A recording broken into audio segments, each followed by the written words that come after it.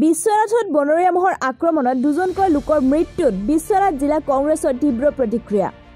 সোমবাৰে বিশ্বনাথ জিলা কংগ্ৰেছ কমিটিৰ মুখপাত্ৰ তুষাৰ বৰাই সংবাদমেল অনুষ্ঠিত কৰি 14 আৰু 15 জানুৱাৰীত 24 ঘণ্টাৰ ভিতৰত দুজনকৈ লোকৰ মৃত্যু আৰু কেইবাজনো লোক আহত হোৱা ঘটনাত তীব্ৰ প্ৰতিক্ৰিয়া ব্যক্ত কৰি বন বিভাগৰ চৰম ব্যৰ্থতা বুলি দাবী কৰাৰ লগতে মৃত ব্যক্তি দুজনৰ পৰিয়ালক 10 লাখ টকাকৈ ক্ষতিপূৰণৰ লগতে আহত পৰিয়ালক 2 লাখকৈ আৰু গুৰুতৰভাৱে আহত মহিলাক 5 লাখ টকাৰ ক্ষতিপূৰণ দিবলৈ দাবী কৰে।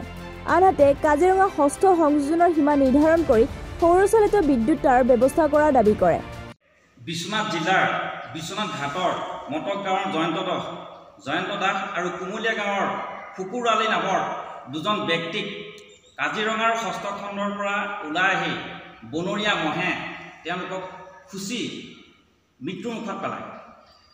আমি বিশ্বনাথ জিলা কংগ্ৰেছে বিষয়টো আমি গম্ভীৰভাৱে লৈছোঁ, কাৰণ আমি দেখিছোঁ যে ষষ্ঠ খণ্ড চৰকাৰে সীমা বঢ়ালে আৰু সীমা বঢ়াই আনি মানুহৰ বসতি নদীখনৰ একেবাৰে এই উত্তৰ পাৰৰ এই সীমালৈকে তেওঁলোকে লৈ আহিলে, কিন্তু তেওঁলোকে ষষ্ঠ খণ্ডহে বঢ়ালে। কিন্তু আজি সাধাৰণ ৰাইজৰ নিৰাপত্তাৰ বাবে এই ষষ্ঠ খণ্ডত কোনো ধৰণৰ নিৰাপত্তাৰ ব্যৱস্থা নকৰিলে।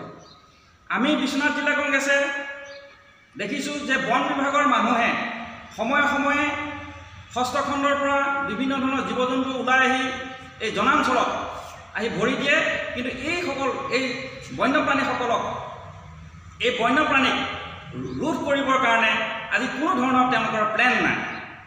সেইকাৰণে আজি এনেধৰণৰ ঘটনা সংঘটিত হ'বলৈ পাইছে। গতিকে আমি বন বিভাগক তথা চৰকাৰক আমি তীব্ৰ ভাষাৰে গৰিহণা দিছোঁ আৰু অতি সোনকালে এই ষষ্ঠ খণ্ডৰ নদীখনৰ পাৰে পাৰে ব্ৰহ্মপুত্ৰ নদীৰ পাৰে পাৰে আমি বৈদ্যুতিক চালিত সৌৰশক্তিৰে বেৰ দিয়াৰ আমি দাবী উত্থাপন কৰিছোঁ। লগতে যি দুজন ব্যক্তি মৃত্যু হ'ল, বিশেষকৈ জয়ন্ত দাস আৰু ফুকুৰ আলী, তেওঁলোকৰ পৰিয়ালবৰ্গক 10 লাখকৈ টকা অতি সোনকালে চৰকাৰে সাহায্য হিচাপে দিবৰ বাবে আমি আবেদন জনাইছোঁ। আৰু এই ঘটনাত কেইবাজনো লোক আহত হৈছে। এগৰাকী মহিলা গুৰুতৰভাৱে আহত হৈছে। গতিকে গুৰুতৰভাৱে আহত মহিলাগৰাকীক অতি সোনকালে আমি 5 লাখ টকা আৰু যিসকল আহত ব্যক্তি হৈছে বাকীসকল তেওঁলোকক 2 লাখকৈ টকা দিবৰ বাবে আমি চৰকাৰক আবেদন কৰিছোঁ। আৰু আমি বন বিভাগক অতি সোনকালে ইয়াৰ সাধাৰণ ৰাইজৰ জীৱন আৰু সম্পত্তি ৰক্ষাৰ কাৰণে এক নিৰাপত্তা ব্যৱস্থা গঢ়ি তুলিবৰ বাবে আমি আবেদন কৰিছোঁ।